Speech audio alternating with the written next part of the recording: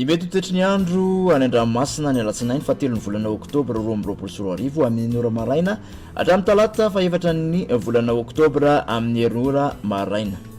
Makasika ny any an-dranomasina dia mbola tsy misy hatrany aloha makasika ny filazana ho an'ny alon-drano ho an'ny morontsiraka atsinanana kabdambre hatrany kapesta anora tandrifondrahoana vitsy ny vao maraina ho avy atsimatsinanana ny rivotra ka ho 7 ka hatramin'ny 7 kilometatra isan'ora hatratra 7 kilometatra isan'ora indraindray manakaiky an'ny kabdambre. Anonjabe ny ranomasina avy nionja 2.7 ka hatramin'ny 2.5 metatra. Kapesta hatrany manoro anora tandrifondrahoana vitsy ny vao maraina ho avy atsinanana amin'ny ankapobeny ny rivotra ka ho 7 ka hatramin'ny 7 kilometatra isan'ora adiny mpanonja na anonjabe ny ranomasina avy nionja 1 ka hatramin'ny 2.5 metatra.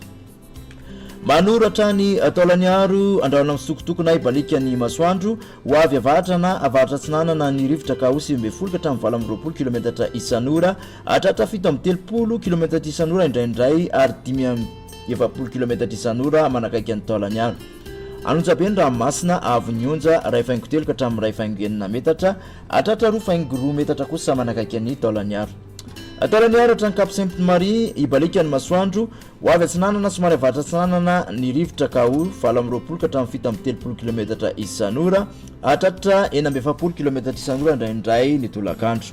Anonjabe ny ranomasina avy nionja 2.5 ka hatramin'ny 2.5 metatra.